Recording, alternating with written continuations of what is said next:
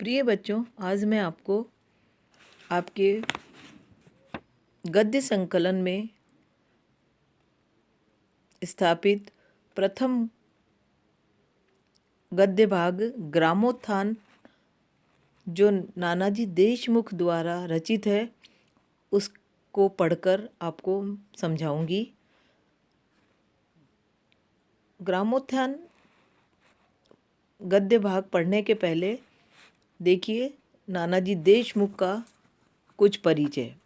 नानाजी देशमुख महाराष्ट्र राज्य के जाने माने समाज सेवी, भारतीय राजनीति के प्रखर व्यक्तित्व हैं। वे राष्ट्रीय स्वयंसेवक संघ के विभिन्न पदों पर कार्य कर चुके हैं तथा भारतीय जनता पार्टी नेता के रूप में भी अग्रणी नेताओं में रहे हैं। लंबे राजनीतिक जीवन के बावजूद नानाजी के मन में यह कसक रही कि देश के गांवों का अपेक्षित विकास नहीं हो पाया, इसलिए उन्होंने राजनीति छोड़कर गांव में कार्य करने का बीड़ा उठाया। वे चित्रकूट के आसपास ग्रामीण क्षेत्रों में काम कर रहे हैं। अपने अनुभवों को वे लिपिबद्ध भी करते हैं और सरल शब्दों में व्यक्त कर पाठकों तक पहुंचाते हैं।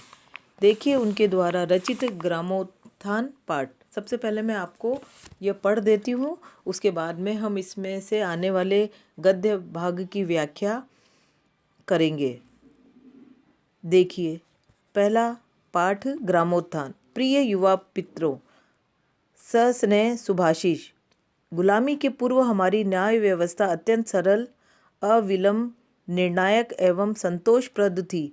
वह पंचमुखी परमेश्वर के नाम से जानी जाती थी। फलस्वरूप ग्रामीण जीवन सद्भावनापूर्ण, परस्पर सहयोगात्मक और सुरक्षित था। मुस्लिम हुकूमत के काल में शासकों ने शहर एवं कस्बों में न्याय व्यवस्था में कुछ परिवर्तन अवश्य किए थे, किंतु ग्रामीण व्यवस्था पूर्ववत चलती रही। सन 1765 के बक्सर युद्ध में प्राप्त विजय के बाद अंग्रेजों ने अपनी शासन प्रणाली लागू करना आरंभ किया। राजस्व वसूल तथा न्याय व्यवस्था पर अपना शिकंजा जमाना शुरू किया। बंगाल, बिहार और उड़ीसा को मिलाकर विशाल भूभाग को जिलों की इकाइयों में बांटा। हर जिले के लिए अंग्रेज कलेक्टर नियुक्त किए गए। वे राजस्व वसूली के साथ जिला मजिस्ट्रेट का भी काम करने लगे। आगे चलकर दीवानी और फौजदारी अदालतों की जिला स्तर पर भी स्थापना की। सभी कचहरियों में अंग्रेजी भाषा प्रचलित की गई, अतः वकीलों की आवश्यकता अनुभव होने लगी। 1828 में लॉर्ड विलियम बेंटिंक के जमाने से वकीलों का व्यवसाय नियमित रूप से चल पड़ा। वही सिलसिला अबाधित गति से आज भी चल रहा है और अंग्रेजी भाषा का प्रभुत्व बना हुआ है। सदैव सुदैव से मेरा जन्म छोटे से गांव में हुआ और मेरा जीवन कार्य भी ग्रामीण अंचल ही बना हुआ है। फलस्वरूप मेरा अनेकों बार जिला कचहरियों में जाना हुआ है। जिला कचहरियों में 95% से भी अधिक भीड़ ग्रामवासियों की ही रहती है। वे अपना अपना मुकदमा लेकर वकीलों को घेरे रहते हैं। वकील वर्ग सुशिक्षित, कानून का जानकार, वाद विवाद में पटु तथा नेतृत्व में अग्रणी है। महात्मा गांधी, मोतीलाल नेहरू, डॉक्टर राजेंद्र प्रसाद आदि अनेक वकीलों ने स्वतंत्रता संग्राम का नेतृत्व किया था। आज़ादी पाने के बाद भी यह वर्ग राजनीति में प्रमुखता प्राप्त किए हुए है। ग्रामवासी आपस में मुकदमेबाजी के द्वारा स्वयं को बर्बाद कर रहे हैं।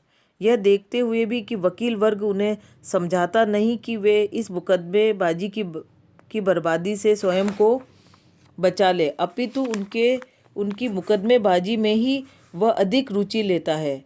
ग्रामीणों की दयनीय दशा जानते हुए भी वह उनसे अधिक मेहनताना वसूलने में संकोच नहीं करता। ग्रामवासी कर्जदार होते हुए भी हजारों वकीलों के सुखमय जीवन का बोझ ढोते आ रहे हैं। यह वकील वर्ग 1828 से गरीब ग्रामीण आबादी का शोषण करता रहा है।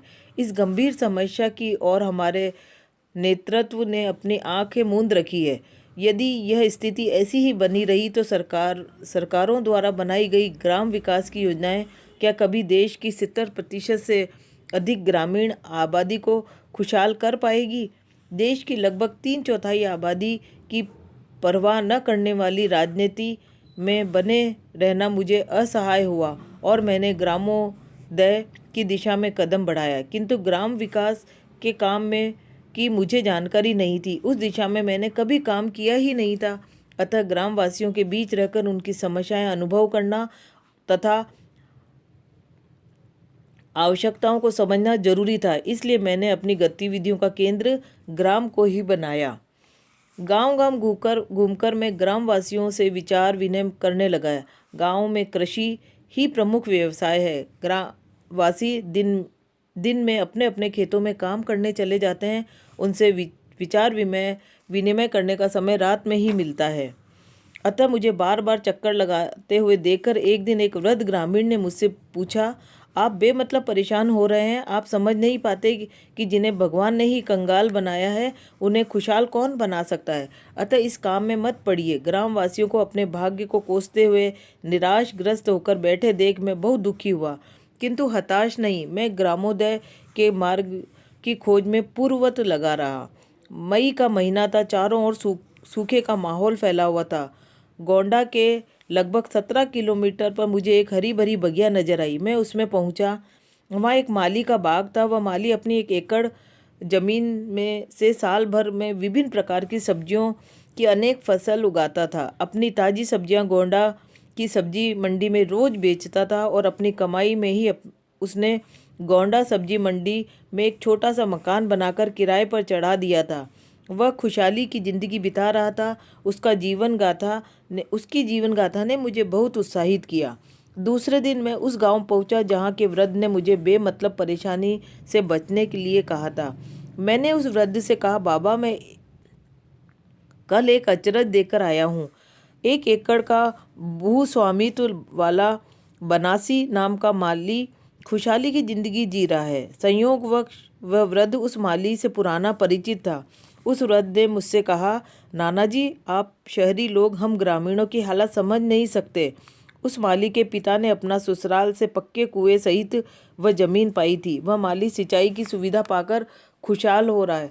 यदि हमें सिंचाई के साधन मिले तो हम भी उसी प्रकार से खुशहाल जिंदगी प्राप्त कर सकते हैं। उस वृद्ध ने मुझे ग्रामोदय का मार्ग दिखाया और मैं ग्रामवासियों के लिए सिंचाई के साधन खोजने में जुट गया। हर गांव में एकाध बड़े जमींदार को छोड़कर शेष सभी किसानों के पास बहुत छोटे छोटे खेत होते हैं। गांव के सभी ग्रामवासी सामूहिक प्रयास करें तभी उनके सबके खेतों की सिंचाई संभव हो सकती है। लेकिन गांव में मुकदमेबाजी और पार्टीबाजी के कारण सामूहिक प्रयास संभव नहीं होता। फलस्वरूप सरकार के द्वारा चलाई गई राजीव गांधी जल प्रबंधन योजना जैसी उपयोगी योजनाएं व्यावसायिक योजनाएं व्यवहारिक धरातल पर क्रियान्वित नहीं होती। ग्रामवासी इस योजना से परिचित नहीं थे। दीनदयाल शोध संस्थान ने इस योजना का सदुपयोग करने का निश्चय किया। गांव-गांव में ग्रामवासियों की बैठक की, उन्हें यह योजना समझाई, ग्रामवासियों को मिलाकर काम करने के लिए राजी किया। प्रयासों के सुफल प्राप्त हुए और परिणाम स्वरूप ऐसे गांवों में भी जहां पीने का पानी उपलब्ध नहीं था, वहां भी सबकी खेतों की सिंचाई का प्रबंध संभव हुआ। निराशग्रस्त ग्रामवासियों के जीवन की सिंचाई के प्रबंध के कारण खुशहाली के दिन दिखाई पड़ने लगे। वर्षों के भरोसे जहां एक भी फसल ठीक से उगाना अनिश्चित था, वहाँ सिंचाई के प्रबंध के कारण सभी किसान आराम से 2 फसलें उगाने लगे। सभी ग्रामवासियों द्वारा मिलकर काम करने लगे और लोगों को लाभ दिखाई पड़ने लगा। हर गांव के ग्रामवासियों के मुकदमे कचहरी में चल रहे थे। आपसी अनुबंध से सबका मिलकर काम करना कठिन हो रहा था। दीनदयाल शोध संस्थान ने समाज शिल्पी दंपतियों ने गांव के बुजुर्गों द्वारा ग्रामवासियों को समझाया कि मुकदमे में लगे रहने से जीवन में तरक्की करना संभव नहीं होगा। अतः आपस में मिलजुल कर बैठकर आपसी विवाद को सुलझा ले। एक बार सभी विवाद सुलझ जाएंगे तब सिंचाई परियोजना पर मिलकर काम करना संभव हो सकेगा, जिसने सभी ग्रामवासियों को लाभ होगा। गांव के लोगों को बुजुर्गों की सलाह जच गई। गांव में होड़ लग गई कि हम अपने गांव को विवाद मुक्त गांव बनाएंगे। परिणाम स्वरूप अभी तक चित्रकूट के चारों ओर के 80 गांव विवाद मुक्त हो रहे हैं। गांव के लोगों ने सर्वसम्मति से तय किया कि हम अपना विवाद लेकर अब कचहरी में नहीं जाएंगे, आपस में ही मिल बैठकर सुलझा लेंगे। गांव में फैली मुकदमेबाजी की सालों से चली आ रही महामारी से मुक्ति पाने का मार्ग सुलभ हो गया है। सन 2010 तक चित्रकूट के चारों ओर 500 गांव इसी रूप में विकसित होंगे, यह विश्वास निर्माण हुआ। धन्यवाद।